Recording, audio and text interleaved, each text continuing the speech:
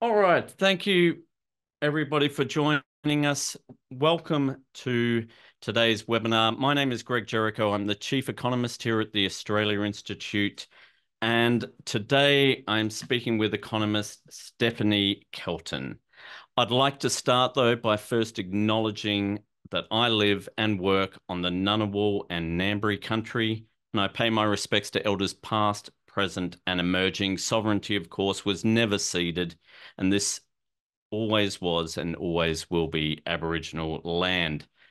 I just want to also note that this year is the Australia Institute's 30th anniversary. For 30 years, we've been introducing big new ideas to the national conversation and trying to shape national policy for the better. And as you will have seen over the past few months, we have been kicking some goals, especially on things like the stage 3 tax cuts, on biodiversity credits. We're also arguing very strongly for protection of the Morgan Skate in Tasmania and many other things, including how we tax our gas companies.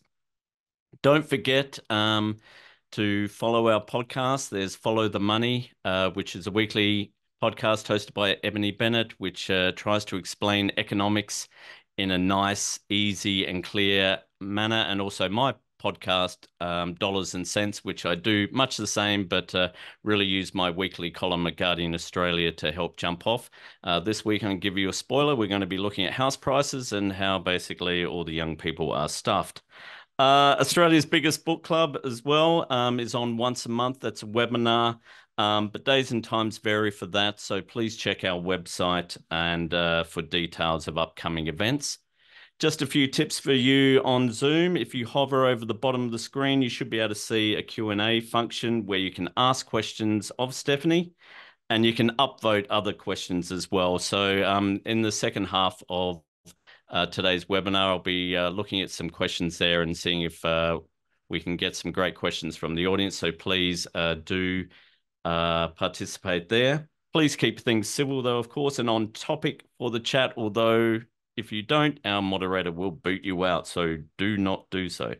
This discussion is being recorded and it will be posted on our website. So there are not many economists, I think, who have had as big of an influence, and I would say annoyed as many people who I think actually need to be annoyed, as has Stephanie Kelton over the past decade.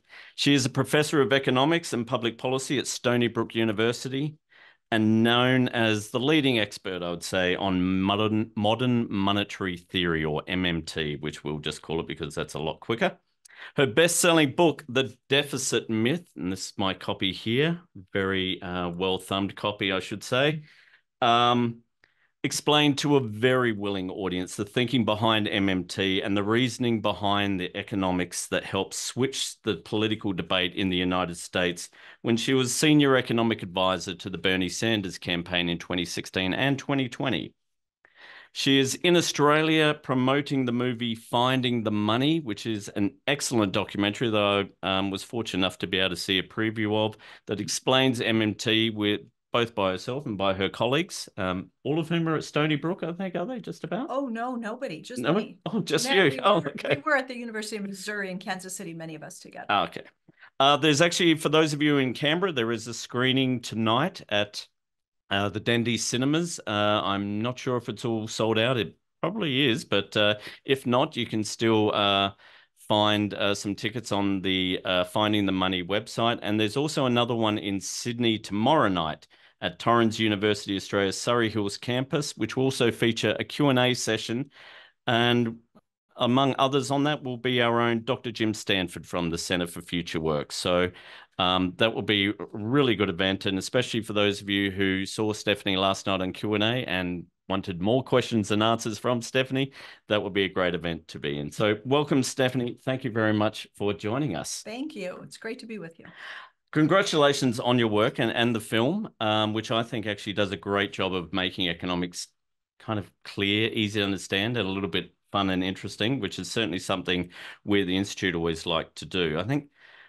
I don't want this webinar to become a tutorial on MMT because I think that can be a bit dry. But I think MMT gets a lot of attention and criticism, I think, from people who I think almost are purposefully misunderstanding or misinformed. So let me see if I've got it right from my reading of your book and from looking at the film. And to be honest, what I think it is doesn't feel that wacky or bizarre. So maybe I'm actually wrong and I've missed something, because I keep getting told that MMT is wacky and bizarre. So am I right in saying that the crucial aspect of MMT is that economies with a sovereign currency like Australia, USA, UK, Canada, but not the Eurozone, literally cannot go broke because they print their own money? But that doesn't mean we can't just and because they print their own money, that means we really should stop worrying about the size of our government debt. But that doesn't mean we can just print money like crazy or not care about deficits, but that the crucial aspect is not how much a deficit adds to debt, but if it's increasing inflation. Now, is that an accurate characteristic, or is it a bit too simplistic? I think that was pretty good. That was pretty good. So I'd have to go back through it. That was quite a lot. I'd go back through it line by line, I guess. But I never use the phrase printing money. I don't like it because I don't think it's descriptive of what's actually taking place. And of course, it makes everybody immediately, envision the actual cranking of the handle and the rolling out of the bills and the wheelbarrows full of money, and everybody goes right to Weimar Germany and then has a heart attack. So I try to just use, operationally descriptive terms. So I might say, a country that operates with its own sovereign currency or for a currency issuing government, something like that. So, yes, the starting point with MMT is to begin by recognizing that when you're talking about a government that is the issuer of a currency, that several things follow from that observationally. One, you can't run out of your own currency. That's impossible. So when it comes to questions of the public debt, and people worry, how are you going to pay it back and all of those sorts of things? Well, MMT gets into the operations and says, this is not a difficult proposition. It really just amounts to debiting one account and crediting another account. Now, all of this is done in the modern era using nothing more than a computer keyboard. And it does tend to make people nervous because so many people don't understand the fiat money system that we have today. Even, I do a lot of public speaking. I speak to a lot of people with CFA, distinctions, like they've sat the CFA exam. They are in finance. My students come in, they've studied a little bit of economics. I say, what do banks do? Well, they lend other people's money. Oh, what backs the US dollar? Gold. I mean, you'd be surprised how many people in the finance community or in, an economics program. So MMT says, okay, we got to talk about what this monetary system is, the fiat system that we have. How does it work? How do governments spend? What do they have to watch out for? It's not running out of money. It's not bankrupting the nation. It's not having bills come due that you can't afford to pay, but there are limits. What are those limits? Well, they're in the real resources. They're in the productive capacity of the economy. It's an inflation limit. So I'm giving it just a little bit, right, to get us started. Yeah. So, I mean, one of the things I've been thinking about is that, there's the old saying that kind of in a recession, everyone's a Keynesian. Is it almost a sense that your fight is almost about as much of highlighting the fact that governments are always actually MMTers when they want to be? I mean, and I always think of defense spending. There's never a question of how do we pay for defense spending. In fact, we had a great quote that was reported from our treasurer that when we embarked in the past few years on a massive nuclear submarine project, and the question was, where's, how are we going to afford this? And the quote was, everything is affordable if it's a priority, which for an MMT would sound, but it's a case of, in politics, do you see the role of MMT of almost pushing that through and realizing, yes, if that's okay for defense, then it's also okay for unemployment benefits or for education or for other things? Or is it a bit more than just highlighting the hypocrisies of politicians? Yeah, it's more than highlighting the hypocrisies. But, I want to be a little bit careful because MMT is not, a lot of people will do this. They'll say, well, the government is spending, a bunch of money on defense, or the Republicans just did these huge tax cuts. They're doing MMT, as if anything that increases the deficit is doing MMT. Yeah. Well, it might well be that doing something that is designed to shrink the size of the deficit could be doing MMT, because we're sort of agnostic on the number that pops out of the budget box at the end of each fiscal year. That's not the thing we worry about, target. We don't judge bigger numbers as better numbers and smaller numbers as, less desirable. It might be better to have a smaller number pop out of the budget box at the end of the year, depending on what's happening to the real economy.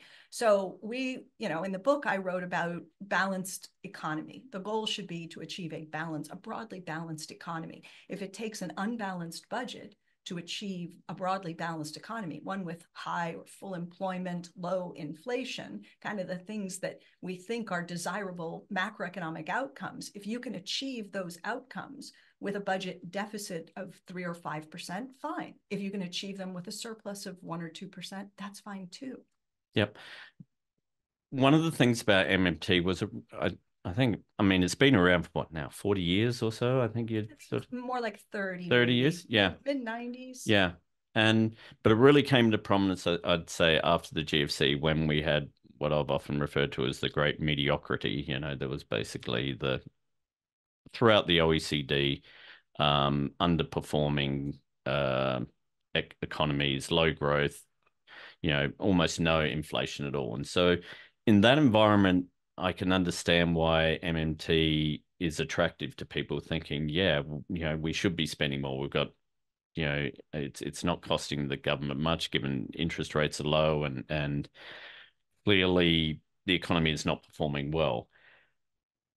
How do you cope or how does MMT respond in an environment now where we have rising interest rates? And isn't it a case that, the standard lines that we have is that the government should take care of spending and it's up to the central banks to worry about inflation? What is the role of the central banks, and what is the role of interest rates even in an MMT sort of view of the economy? Okay, I'm probably going to forget to come back to some parts of that. Okay. So remind me, because I want to start with the idea of the GFC. Yeah. And, that is, I would say that's when MMT should have really gained a foothold, but didn't. So what we got instead was, in our case, in the US, President Obama. And, we got one fiscal package, really just one, of any meaningful size. It was $787 billion. There were people around President Obama at the time who were saying to him, it needs to be really, really big. And $787 billion might sound like a lot of money, but Christina Romer, who was, chair of the Council of Economic Advisors under Barack Obama, she was proposing something more like $1.8, $1.9 trillion. And there were people in Obama's orbit who said, you cannot use the T word. People will have a heart attack. Like, it cannot have a trillion attached to it. So they went small.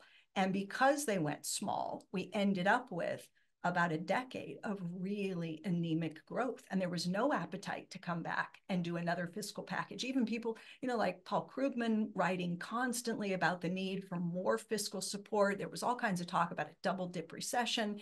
And Democrats just sat on their hands, and there was no push. Everybody looked to the central bank. So you said, what is the role of the central bank? Well, poor Ben Bernanke is sitting there, and all eyes and all attention and all the pressure is on him. So what does he do? He's already got interest rates at 0. This is not helping. He's already started up QE. He's done QE1, it ended. Then we got QE2. Then we got something called Operation Twist, which was, more wishful thinking. And then finally, it was just, like pushing the chips all in, because all of the pressure was on the central bank. And, Bernanke went to Congress and testified. And the economy was not recovering. Unemployment was still really high. And it was clear to everybody that this just wasn't really working in spite of the Fed's best efforts. And so here's poor Bernanke sitting before Congress, just getting grilled. One member of Congress says to him, basically, why aren't you fixing it? It's your job. You're the Fed. You have the toolkit. Why isn't it getting better? And Bernanke said, and I'll quote him, he said, let me just say that monetary policy is not a panacea. It's not the ideal tool. Now, when the head of the central bank is sitting in front of Congress saying monetary policy is not the ideal tool, what do you suppose he's trying to say, right? I mean, he was trying to imply you've got a policy lever. It's called fiscal policy. Pull your lever. But Congress didn't do it. And so we just got, year after year of the zero interest rates and the QE. And we didn't do it until COVID, really. And then we got a completely different policy response after COVID. I mean, Australia kind of got half of it right in that we actually did have a massive stimulus package, and much bigger in terms of percent of GDP than the USA's, and ours worked extremely well. And yet immediately, even while it was in place, it was the Labor government at the time was being criticised. Oh, you're sending us into debt and deficit. You've blown the budget was the big line. And then very quickly after, in a sense, the crisis passed in Australia and unemployment started going down, the Reserve Bank, which had also reduced interest rates, started increasing them again. And the government at the time also was determined to get back to surplus because of this belief that it needed to prepare for the next crisis. And of course, what happened is the economy slowed, and we then had another decade of ever lowering interest rates and attempts to get the economy going while also trying to get the government, the budget into surplus. Why is that thinking of, and something I certainly believe is wrong, but why is this thinking of, because it's still present right now, we're hearing the Secretary of the Treasury, the Treasurer as well, also say, we need to build up our buffers for the next crisis. Why is that wrong? Isn't that good economics of, in good times, you allow the budget to go into surplus, and then when it's needed, you go back into deficit spending? Well, it's really rooted in household budgeting philosophy, right? It's the idea, like it's having a rainy day slush fund, where if you have a financial advisor, your financial advisor probably tells you to try to keep around 6 months in reserve, right? Have 6 months of savings set aside in case of a job loss or some kind of unexpected cash emergency where you need a bit of money to tide you over. And this is kind of like the way the government is thinking, right? We hear economists in the US would say things like, we should keep our powder dry. That was their way of saying, limit deficits or try to get surpluses when the economy is strong, so that somehow you have saved something up that you can unleash at a later date. The incoming Biden administration, after he won the election, but before he was inaugurated, the Republicans had passed these huge tax cuts, and we were a pandemic, and some of Biden's inside advisors were saying things on television and in the press like, the cupboard is going to be bare when we get in, like it's Mother Hubbard and the cupboard is bare. And I thought, you got to be kidding me. If you guys come in thinking the other guys didn't leave you with a surplus that you can spend down, we're in real trouble. And fortunately, that was sort of a one-off comment, and it didn't really hold them back. In fact, they did a really, really good job in terms of the fiscal response. But it's rooted in this idea, and it's politically expedient, to be able to say these sorts of things. It's meant to sound fiscally responsible to your voters. And so say, well, we're going to be very careful about the way we operate the budget and produce surpluses, so that when the time comes and there's an emergency, we can do something that you might otherwise think is irresponsible, but because we've prepared for it, and people are so misinformed that a lot of this stuff ends up sounding reasonable. Why do you think the criticism of you and MMT in general has been so vociferous, even by, and you mentioned Paul Krugman, and you're right, during the GFC, he was the one saying inflation is not going to go up, guys, spend more. He was, really calling out those conservative economists who were saying, oh, all this spending is going to set fire to inflation. And yet, clearly, he is not a fan of MMT. And why do you think there is this default return to debt is bad, deficits are bad, surplus is good? Why do you think it's so hard to unstick, even amongst economists who probably should know better? Well, let's just take the case of Paul Krugman, who's been on every side of this argument over many decades. And I think that is the difficulty here. I really do. When George W. Bush was president and he came in, we had a recession in 2001. This brought an end to the Clinton surpluses. We had budget surpluses in 1998, 99, 2000, 2001. The MMT community and a handful of others were saying the surpluses are causing fiscal drag, which is going to push the economy into recession. Now, we were marginalized, ridiculed, people like Jamie Galbraith, right? Jamie Galbraith had a meeting in the White House during this era of the budget surpluses. He goes into the White House, he's surrounded by conventional economists. Jamie says, the surpluses that the Congressional Budget Office is projecting, people are saying the US is going to retire its debt entirely. The White House was putting out announcements, and we're going to have a parade down Fifth Avenue, right, to celebrate this achievement. Jamie went into the White House and said, you're all crazy. These budget surpluses at the government level are being built on the backs of private sector deficits, which are unsustainable. You're not going to get 15 years of government surpluses. You're going to get a recession, and you should start easing now, right? You should allow the deficit to increase. And Jamie was laughed at to his face in the White House. And we know this because there's an article in the Washington Post that details all of this. Now, Krugman around the time was criticizing George W. Bush for cutting taxes, relaxing the fiscal deficit because the recession started in 2001. Krugman wrote a column and said, these deficits are going to drive up interest rates. I'm terrified. I'm getting out of my adjustable rate mortgage into a fixed rate mortgage. I mean, he wrote all of this stuff, right? So it turns out we were right about this. And he wasn't saying the things that we were saying. And I just think that, you know, when he wrote his first post on MMT, the very first time he published on it, he invoked Jamie Galbraith, not Warren Mosler, not Bill Mitchell, not Randy Ray or Stephanie Kelton or any of the people you might associate with MMT. He name-checked Jamie Galbraith, and he said there's a school of thought out there called modern monetary theory that believes deficits never matter. I think that's a bridge too far. I think that's wrong. Now, first, I think that's wrong too, which is really interesting, right? Because we call that straw manning, when you ascribe to someone a viewpoint that they don't hold for the sake of tearing it down. And I can't explain why people do the things they do, but I've watched it for a lot of years now, and it happens all the time. I mean, a good thing this leads into that aspect, which I agree is a common criticism, that MMT says deficits don't matter. We can afford anything, which is clearly not MMT suggests, and also rather ludicrously, you even hear that MMTs don't care about inflation, which is bizarre given that's the central nut of the whole thing. Yeah.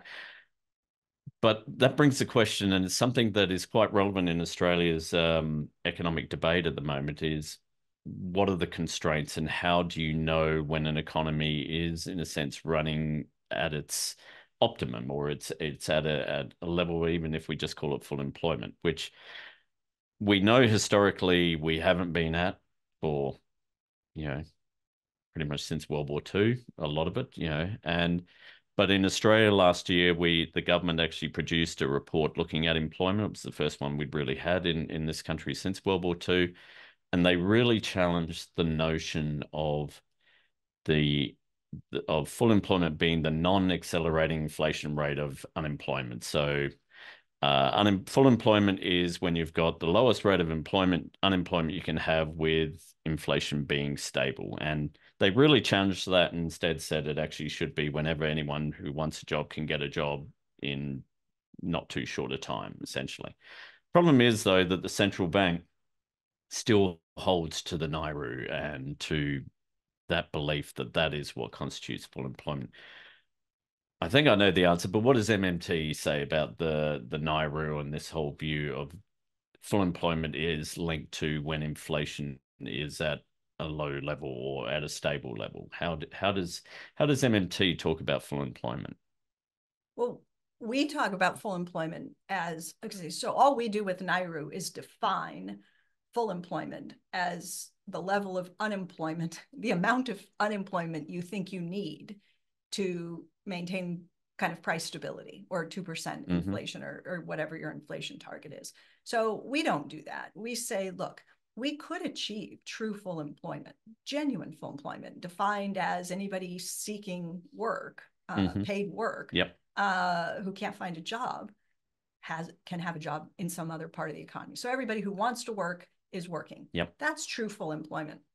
And you can achieve that as a matter of policy by design, by offering an open-ended job to anybody who's ready, willing, and able to work, but can't find work anywhere else in the economy. It's like a public option in the labor market. So you announce it, people come in, you have an established wage and benefit package, and now you've got full employment. Anybody who isn't working is voluntarily unemployed. So you would eliminate involuntary unemployment. And so, but is there a concern about, because the traditional view was, if we get unemployment below 4%, 5%, whatever, that's going to set off inflation. What's your response to that? Well, the response is this is in part the price anchor, right? This is the government anchoring probably the most important price in the economy, which is a wage, right? A base wage. And it provides much more price stability to anchor the wage through a federal job guarantee program, because the way we do it today leave millions of people unemployed. Employers do not want to hire the unemployed. They hire around them, right? Because your skills atrophy, you don't have a work history, nobody knows what kind of worker you're going to be. Employers are skittish about hiring from the pool of unemployed workers. And so what do? When they want to staff up as the economy begins to pick up, they go to their competitors and they start competing for people who are already employed, try to bid workers away from their competitors. And they do that by driving the wage up. So you get more inflationary pressure maintaining the pool of unemployed workers the way we do it today than you would have if you maintained a ready pool of employable people from whom the private sector can reach in and, for a tiny premium over the base wage, get these workers out. They can transition back into the private sector. You truncate downturns because as the economy slows, which it inevitably will, right? They're not eliminating the business cycle altogether, but as the economy slows, people find themselves, losing positions, let's say in the private sector. Instead of becoming unemployed, they transition immediately into the job guarantee pool, and their job is maintained, their income is maintained for as long as it takes. And the recovery will come about much quicker. And so you should see, the business cycle become dampened and the price anchor help with price stability. I mean, we certainly saw that during the pandemic here in Australia. We had a quasi job guarantee that, in a sense, kept people while we had the lockdowns. They were still getting a wage. They were still getting employed. They even doubled the unemployment benefits and actually put it to a level slightly above the poverty line. And bizarrely, it lowered poverty and kept the economy from going into a depression. JobKeeper. JobKeeper. Yeah, JobKeeper. And it was something that certainly we here at the Australian Institute have been advocating for. The union movement was very much in for, and the government then did and took credit for, which is fine. But is it frustrating to you, or has it been so common that we've seen through the GFC, through the pandemic, where we've seen examples that this type of spending works? It actually doesn't set fire to inflation, at least, and we'll get to the current inflation in a sec, but that it's almost, it works, and then they forget and think, oh, that was then, now we have to go back to the traditional methods of thinking of the economy as being a household budget. I mean, you're probably seeing interviews with Keir Steimer and Rachel Reeves, and that's where I see the backsliding happening. In the US, I don't see it. I don't see the backsliding. I see the Biden administration came in and did their $1.9 trillion. That was the COVID Rescue Plan Act, right? That was the last one that sent stimulus checks to people and expanded the child tax credit. And so people got more money. But it was very short term. It passed in March of 2021. And by the end of the year, most of those programs had expired. But then they came back and they followed it up with a bipartisan infrastructure bill, hundreds of billions of dollars, CHIPS and Science Act, and the Inflation Reduction Act, which is this huge, climate bill, which is uncapped. Those subsidies and tax breaks, it's like I've been describing it as the cookie jar with no lid on it. It just replenishes itself because the government commitment is uncapped for 10 years. So the estimate was that the government would end up spending about $370 billion on climate-related investment subsidies and support and so forth. We blew past that a long time ago. Goldman Sachs says we could get as much as $3 trillion over the next decade. So we've got fiscal in place, whereas President Obama left office and there was nothing really in place to continue to support the economy. Certainly after the GFC, we really got the one package and that was it. But the Biden administration has put in place these 3 big packages that are there for years to come. So there's all of this fiscal support baked in. He may not even get credit for it, depending on how the next election goes. You know what I mean? But it's been a very, very different, policy response post-COVID, and the thinking has absolutely changed. I mean, there's no question. None of those were paid for in the so-called conventional sense of the word. They sort of wink, wink, nudge, nudged with one of them, and sort of kind of tried to pretend it wasn't going to add to the deficits, massively adding to the deficit. Do you think then that the pandemic kind of belled the cat on the whole lie of we need to pay for everything? Absolutely. Like wars do, like World War II did. And no question. I mean, we did $5 trillion in legislation from March 2020 to March 2021, 12 months. 12 months, 3 packages, $5 trillion. But at the same time, we've also had inflationary pressures where there's certainly, I've noticed the comments that, we can't spend, we need to actually reduce the deficit because of inflation. And what has been your view of what's been the cause? We've certainly at the Australia Institute, we kind of, before anyone else, we can certainly say, have led the charge saying that in Australia it was due to supply side and companies in effect gouging. And the Reserve Bank criticized us specifically and purposefully, and our response was, well, you would if you thought that interest rates were the only way you could reduce inflation. What's been your view of what's happened in America and around the world in inflation? Okay. So, well, first, I'm sure that your work highlighted all of these things. In the early phase of the pandemic, when inflation kind of first popped up, really, it was used car prices in the US. That's where all of it was coming from. And it was so easy to tell that story. We knew exactly what happened.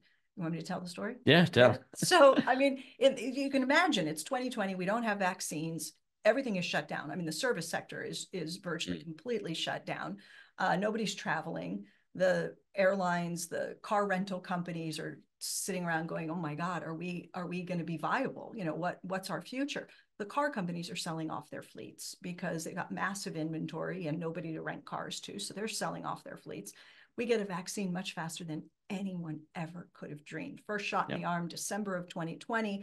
And pretty quickly, we start reopening and people start traveling again and all that kind of stuff. But the lockdowns are happening and the semiconductor plant in Taiwan shuts down. We can't get computer chips that are needed to manufacture just about everything, but new cars. So we aren't manufacturing any new cars, but all of a sudden people are ready to buy a car and start spending. You can't get a new car, but you can get an old car. But now you're competing with the rental companies that are trying to buy back their fleet. Used car prices go bananas, and we have our first real driver of inflation. And then it just evolved from there. I mean, we couldn't spend money on services, but we had to stay home and convert the spare bedroom to a home office. And so you're buying furniture and shoving all those dollars through the goods pipeline, which is not the way we normally spend. And then you got the problems with shipping and containers and costs and ports and trucking and backups. And so it starts to bleed through there, and then a war, and then energy and food. And as you said, and then a lot of companies that looked around and said, every time I pick up a paper or turn on the TV, there's a story about inflation. There's somebody standing in front of the gas station. There's someone at the grocery store highlighting, I bet consumers expect to pay more when they walk into the store. We could probably raise prices well above the rising costs that we're facing. And they did. And they bragged about it on earnings calls. And we know it happened. So call it, excuseflation, seller's inflation, greedflation. Isabella Weber, famously called the world's attention to this. But absolutely, that was a driver of inflation through all of this. So I can't remember the other part of your that's fine. Question was, I mean, well, I guess the criticism has been that, MMT's not relevant now, and it's been shown, sure. so, but you would, I mean, I think you just like with us with the demand side saying, but it's got nothing to do with people having too much money at the moment. It's got to do. What did we say for the last 30 years? Inflation is the thing you have to watch out for. Yeah. You have to do that. And the best defense against inflation is a good offense. It would mean changing the way that we approach the budgeting process so that instead of asking what are we going to spend and how do we offset all of that spending to keep it deficit neutral, MMT says, hang on, you want to try to keep it inflation neutral. Deficit neutral and inflation neutral are not the same thing. But in a pandemic, what did we expect them to do? This is not when you have the luxury of time on your side and Congress can sit down and very carefully go through and think about inflation risk and all that. They pulled out the money bazooka and they fired cash into the hands of the unemployed and payroll protection programs so businesses could keep their workers on payroll and all the rest of it, have money. And it held it together and then some. And, there were plenty of people in the US who had been working full-time jobs. Those people we called the essential workers, the lowest paid, worst treated people in the labor force.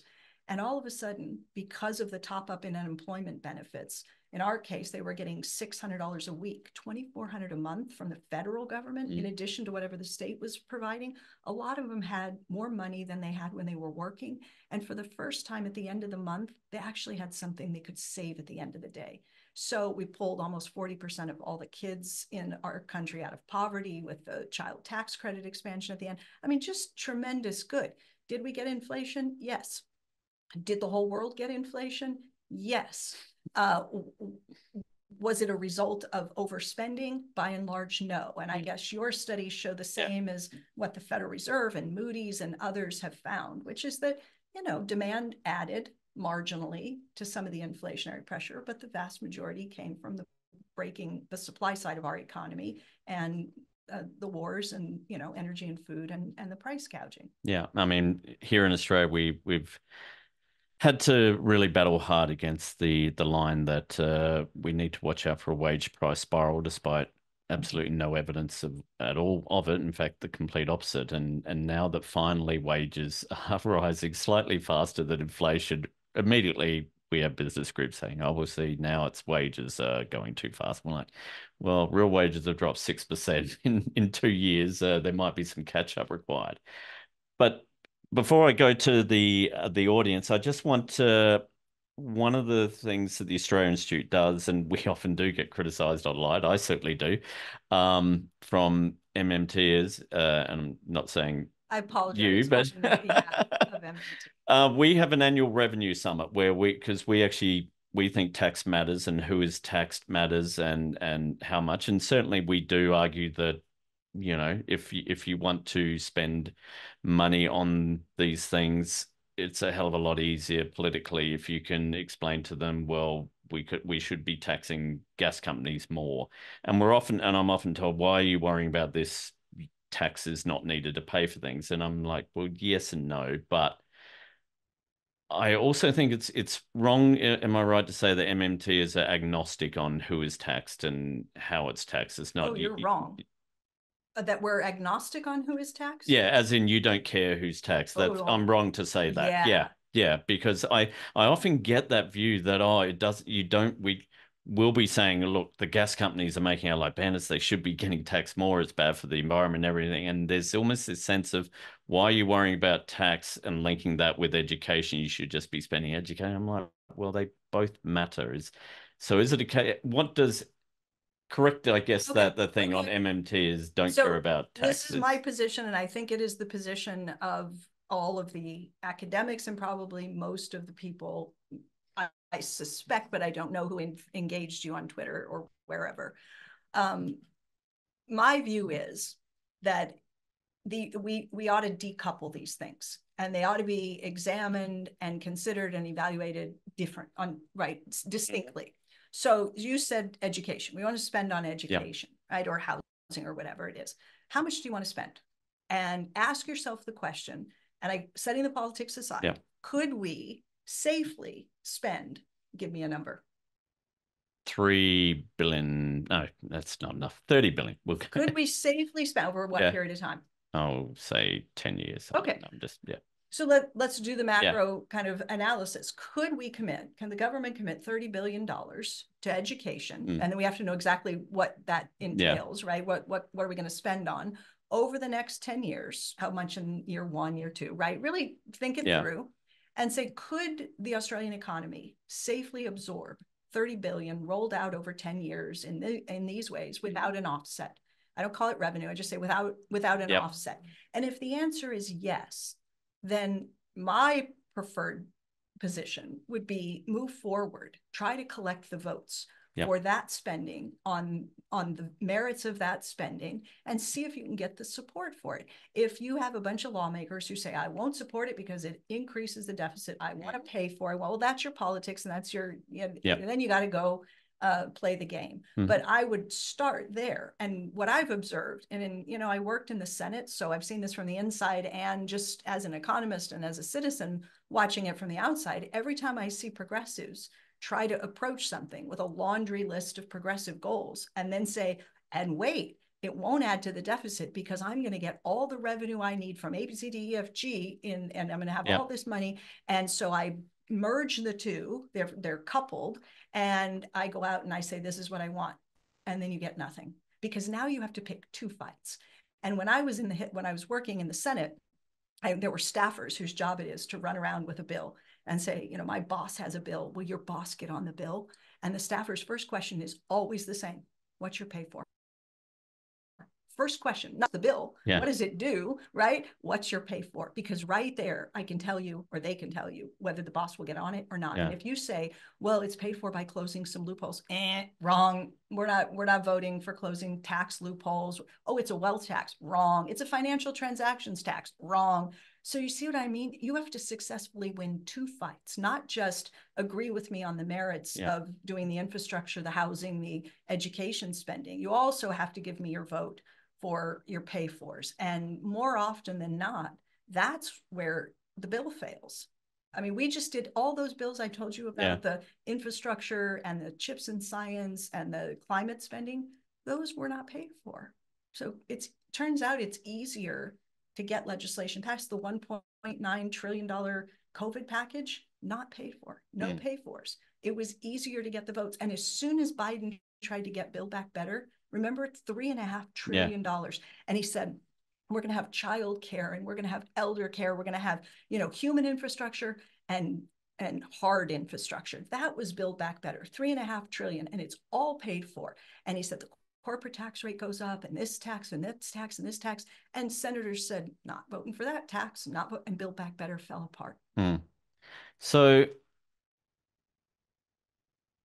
I guess I want to get back to this thing. Like, for example, you were very much arguing that the Trump tax cuts were not going to cause inflation. But is that the same as saying you're in favor of the Trump tax cuts? No, and I wrote an op-ed for the New York Times to state my views on the Trump tax cuts, because Larry Summers was out there running around all over television, and they passed in December of 2017. In November, the Democrats just were like in a frenzy. Paul Krugman was writing columns, deficits matter again, and all that stuff. And Larry was running around saying, if the Republicans are successful in passing these tax cuts, he said, these are his words, that the US would be, quote, living on a shoestring for decades to come because of the increases in the deficits, end quote. That's what he said. And I got really irritated because Jack Lew, former Treasury Secretary, said the US won't be able to respond if there was a military engagement. We wouldn't be able to respond because of the Republican tax. Give me a break. So I wrote this op-ed, and Trump was running around saying it was going to be, he was going to be the greatest job creator God ever created, and it was going to rain down, 6% real GDP growth and all this stuff. So my op-ed said, Trump is wrong. It is not going to create lots of economic growth and all of this stuff. The Democrats who are opposing it are wrong because it is not going to hamstring our ability to act in the face of a crisis. What does concern me, it's not going to deliver on the growth and employment promises. Why? Because 83% of the benefits went to people in the top 1% of the income distribution. They're just going to, it's a windfall they're going to absorb into savings. They're not going to spend it. So it wouldn't be inflationary. It would widen inequality, which I said in the op-ed. That worried me, and I didn't like that. But I didn't oppose it because it would add to the deficit or because it would overheat the economy. Cool. All right. Well, we should, in the time we have left, so we'll have a look at some of the questions here, and I'll just sort of go to the top. We have got many questions. Thank you for uploading them.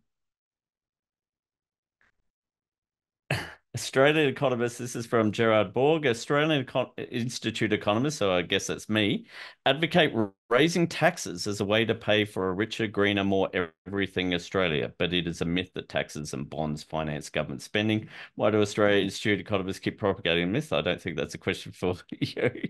And as I say, we all have read the deficit myth, and we have Stephanie Kelton right here. So I think it's wrong to say the Australian Institute is ignorant of modern monetary theory. This is a good one. Why is it so difficult for modern monetary theory to gain acceptance in the economic community, in academia, commerce, business, and in particular government? Is it because it's not in the interests of corporate oligopolies and oligarchies and their control of academia and government? And I guess with that as well, perhaps not so much academia, but really the sort of the government and companies in that. Is it a case that MMT is not good for companies, or they view it as that? Or where do you think the pushback really comes from? Well, I think it comes from academics mostly. I mean, I don't know a lot of corporations that spend probably a lot of time, and if they did spend much time at all thinking through MMT, I think they would view it probably favorably. Because look, what's good for business? Robust demand. And MMT is really about maintaining a full employment economy. So to the extent that you understand, and by the way, if you understand anything about the Koletsky profit equation, you also understand that government deficits feed directly into the equation. Where do corporate profits come from? Well, look at the equation. One of the contributing factors is the size of the government deficit. So if you've got lawmakers who are nervous and skittish and trying to shrink the size of the deficit, that is likely, I mean, all other things equal, but just in its own, right? Shrinking the government deficit would tend to reduce corporate profits, doing things that, belief in the Nairu and thinking that you have to kneecap the economy and drive unemployment up. You're listening to Larry Summers and you think you need 6-7% unemployment, and that's the only way to fight inflation. Well, if you're a business, you're going to lose a lot of customers and revenue and potential profit by listening to these guys. So I think the business community should be, supportive of this framework because it would lead to better economic outcomes, which should be good for business. It's the economists that are the problem. It's the gatekeepers that have. Is it because I mean, we often, and this is something that I often hear as a criticism, is that MMT's kind of just Keynesian with a few different words or a few different constructions. I mean, and that in a sense they almost want to take credit for the good things but find a way to criticize you when using, probably, as Krugman did, inventing things you've never said. So I guess a good question is actually, what is the difference between MMT and Keynesianism when you really sort of get, is there a crucial difference that you're not an extension of that, or is it a completely different way of looking at it, or is it a newer, is it just neo Keynesianism? Well, I had this debate with Paul Krugman. I don't remember how many years ago. It wasn't all that many years ago. He's right. I was writing for Bloomberg as a columnist, opinion writer at the time, and he, of course, at the New York Times. And he did a little piece that attempted to say, I think that MMT could basically be boiled down to Abel Lerner's functional finance.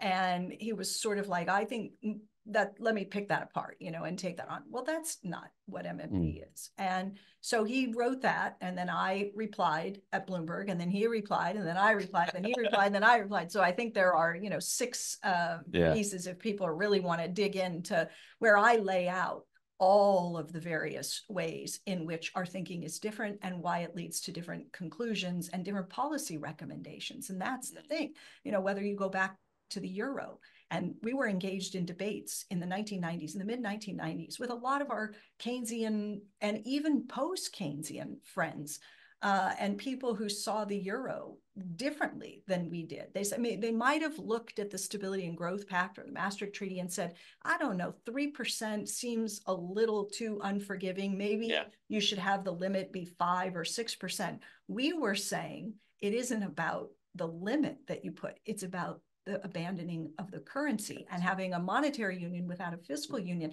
Markets will shut you down. You can say that you'll allow the deficit to go to 6%, but if capital markets, if you have to borrow and you have to pay market determined interest rates, you might get shut down way before your threshold that you write down in your treaty as an allowance. And the examples go on, and we talked earlier about the Clinton surpluses and the Bush tax cuts and the response under President Obama, where people like Jason Furman were pushing $4 trillion in deficit reduction. So I'll just say there's a scene in the film for those of you who might try to catch the film in Canberra tonight. I'll be there. There's a scene in the film where Jason Furman attempts to say, apart from the way we talk, there's really not that much daylight between the way they think and really MMT. And that's just completely wrong. And you and I were talking before we went live about the GFC and the policy response. And Jason Furman was President Obama's, he was the head of the Council of Economic Advisors. And you're watching the economy just sluggishly try to recover. And we're out there saying, you've got to have a bigger deficit. You got to come back and do more.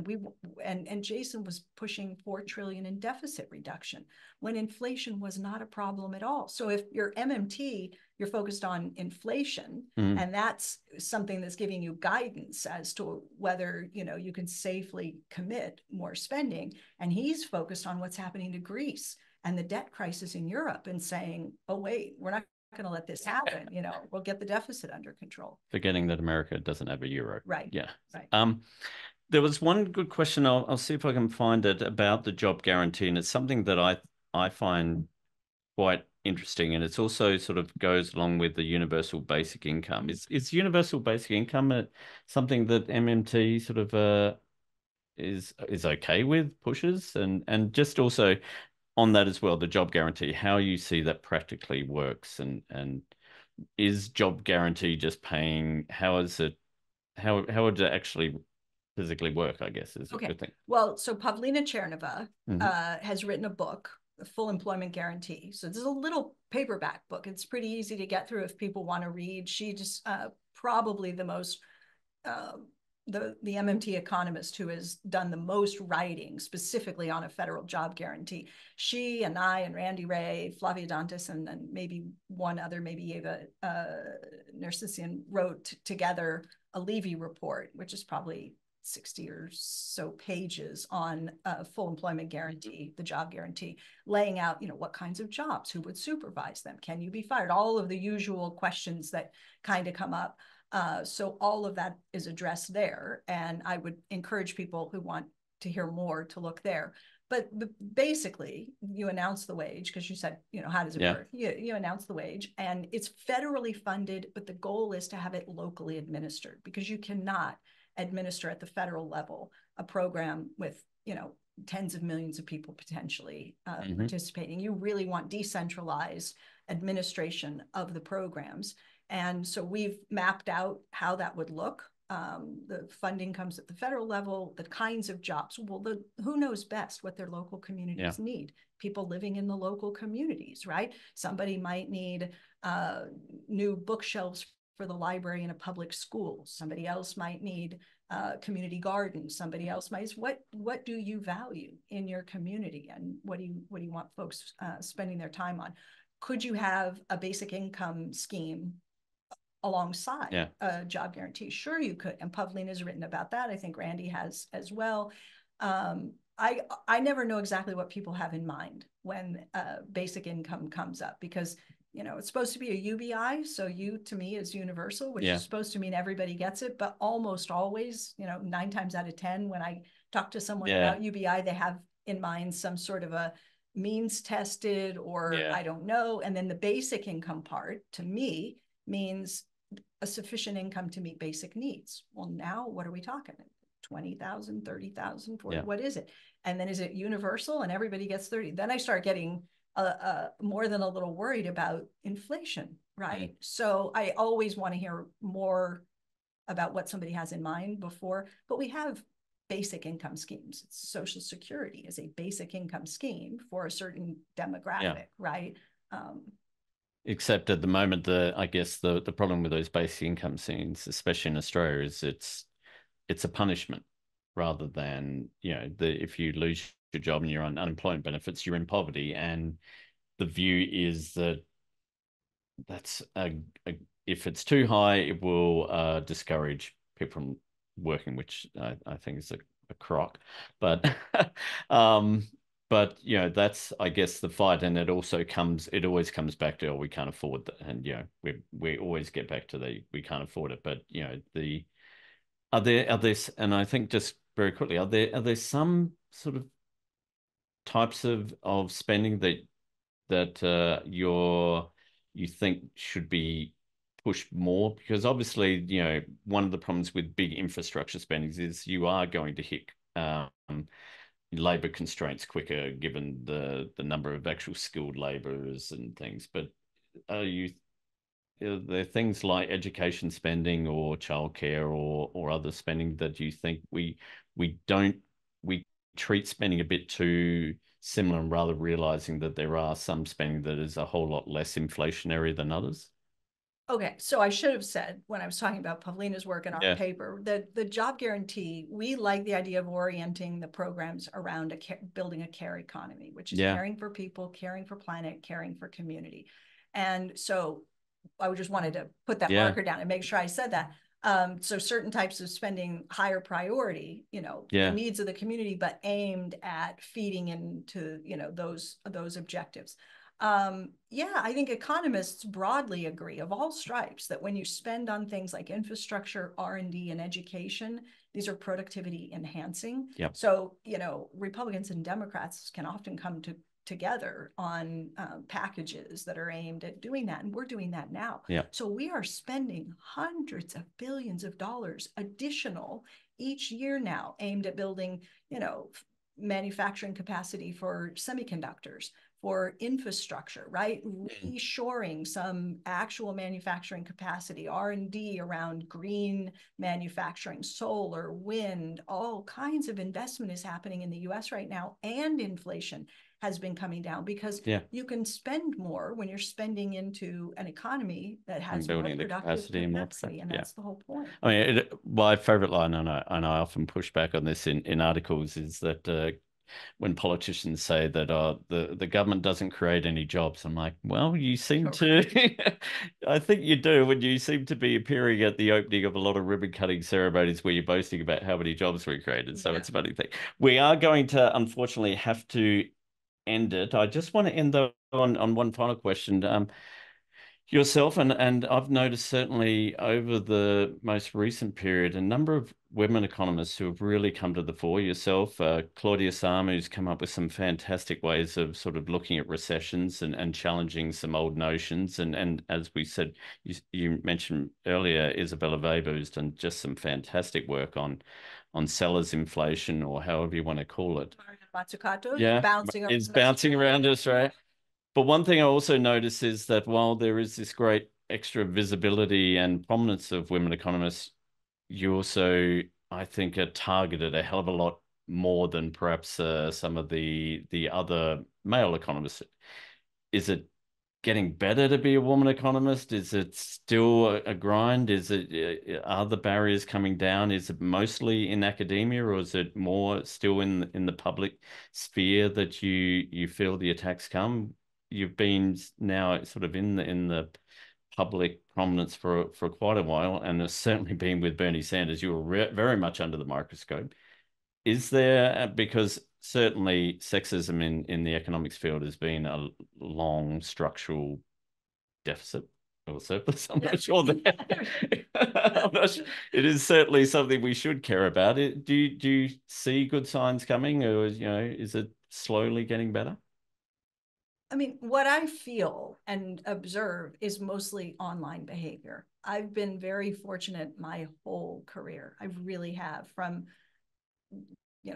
graduate school to coming out of graduate school, to have been surrounded by people, mostly males, who've been very good to me and protective of me and supportive. And, I tell the story sometimes that there's a photo that goes around. It's a terrible photo. My hair is this big. I hate it when it surfaces, but I'm with Randy Ray and John Henry. And John Henry was Randy's professor when he was doing a master's degree, before he was my professor, when I later came along and did an undergraduate degree.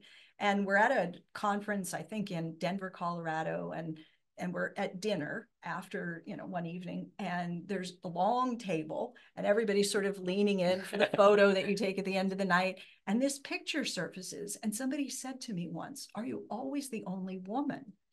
And I took the picture and I looked at it, and it never occurred to me. It just didn't resonate. Now that was 25, whatever years ago. So now I'm more aware, Yeah. It is hard for women. It is very hard. You probably saw what happened to Claudia after, she had the audacity to write an op-ed in The Guardian and say, maybe, possibly, we might need to think about the use of some strategic price controls, if perhaps this might be. I mean, it was such a subtle, it wasn't a real go after kind of, she just floated the idea.